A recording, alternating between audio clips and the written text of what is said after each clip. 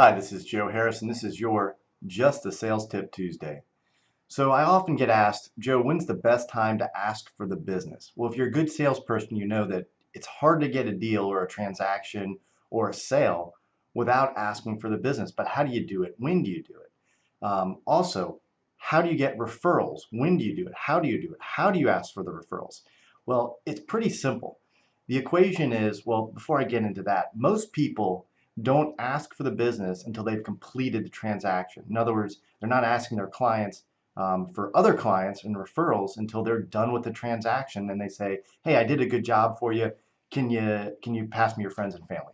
So this is a major mistake because if you think about it, let's take a home purchase, for example. When they're going through a home purchase, the client's very excited. They're thinking about buying a home. They're talking about it. They're looking at paint. They're at the paint store talking to people, and they say, "Oh, you're buying a home too? I'm buying a home."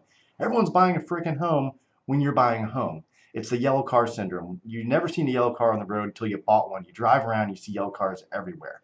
So when they're in that frame of mind of all they do and think about is buying the home, that's when you need to be asking for them to refer you their friends and family, not after they're done and they're thinking about other things like getting kids to college and fixing up the home and unpacking. You need to be talking to your clients when they're in the act of what it is they're doing that gets them excited to do it, because that's when they're talking about it. So the best time to ask for the business is the second you meet a new potential customer. You're saying, hey, listen, if I do a good job in this, will you send your friends and family? Do you know of anyone right now that's looking to buy a home or sell a home? Because I'd certainly like to help them as well. So again, the question is, when do you ask for the business? When do you ask for referrals?